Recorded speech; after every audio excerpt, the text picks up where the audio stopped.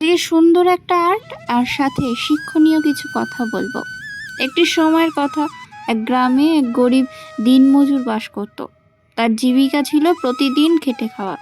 প্রতিদিন সকালে সে মাটি খুঁড়ে গাধার পিঠে তুলে বিক্রি করত এবং তাতেই তার সংসার চলতো। একদিন সে যখন মাটি খুঁড়ছিল তখন হঠাৎ করেই কোদালের আঘাতে এক চকচকে পাথর বেরিয়ে এলো। পাথরটি দেখতে অসাধারণ সুন্দর এবং দীপ্তিময়, কিন্তু দিনমজুর জানতো না এটি কি। সে ভেবেছিল এটা বুঝি বেশি সুন্দর পাথরখণ্ড। তাই সে সেটিকে একটা দড়িতে বেঁধে তার গাধার গলায় ঝুলিয়ে দিল এবং প্রতিদিনের মতো রওনাও দিল বাজারে। সেই গ্রামের একটা ছোট্ট মুদির দোকানে ছিল যার মালিক এক ব্যবসায়ী। সে যখন গাধার গলায় ঝুলে থাকা উজ্জ্বল পাথরটি দেখল, অবাক হয়ে গেল।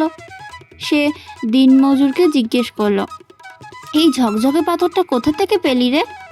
দিনমজুর সরলভাবে উত্তর দিল, আমি মাটি খুঁড়তে গিয়ে পেয়েছি, সুন্দর লাগছিল তাই গাধার গলায় ঝুলিয়ে দিয়েছি। ব্যবসায়ীর পাথরটি ভালো লেগে গেল। সে দিনমজুরের কাছ থেকে 50 টাকায় পাথরটি কিনেও নিল। তার দোকানের ওজন মাপার পাল্লার পাশে সাজিয়ে রাখলো। এরপর থেকে দোকানে আসা সব ক্রেতাই পাথর দেখে মুগ্ধ হতো। কয়েকদিন পর এক গয়না ব্যবসায়ী দোকানে এলো। চোখ পড়তে সে বুঝতে পারলো এটি কোনো সাধারণ পাথর নয়, এটি একটি অমূল্য হীরা। সে সাথে সাথে দোকানদারকে জিজ্ঞেস করলো, এই হীরের মতো পাথরটা কোথা থেকে পেলেন? দোকানদার হেসে উত্তর দিল, এক দিনমজুরের কাছ থেকে 50 টাকায় কিনেছি, সাজানোর জন্য ভালো লাগছিল। গয়না ব্যবসায়ী বলল, আপনি কি এটা আমাকে বিক্রি করবেন? দোকানদার বলল, হ্যাঁ, চাইলে 1000 টাকায় দিতে পারি। কিন্তু গয়না ব্যবসায়ী কিপটিমি করে বলল, আমি 800 টাকা দিতে পারি, তাতে রাজি থাকলে বলুন, নইলে যাচ্ছি। দোকানদার হেসে বলল, 1000 টাকার কমে নয়। গয়না ব্যবসায়ী ভাবলো, কাল আবার এসে হয়তো 900 টাকায় কিনে নেবে, তাই সে চলে গেল। সন্ধ্যার দিকে এক অন্য গয়না ব্যবসায়ী সেখানে এলো।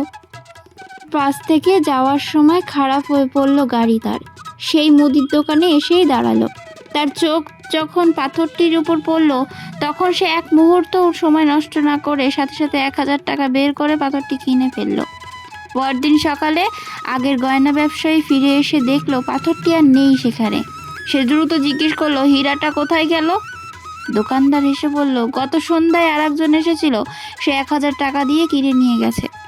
একথা শুনে গয়না ব্যবসায়ীর মুখ রাগে লাল হয়ে গেল। সে চিৎকার করে বলল, তুমি জানো না তুমি কত বড় ভুল করেছো, ওটা একটা অমূল্য হীরে ছিল।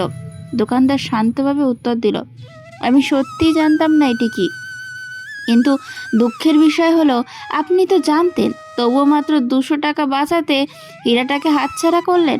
তাহলে বলুন তো আসল বোকাটাকে?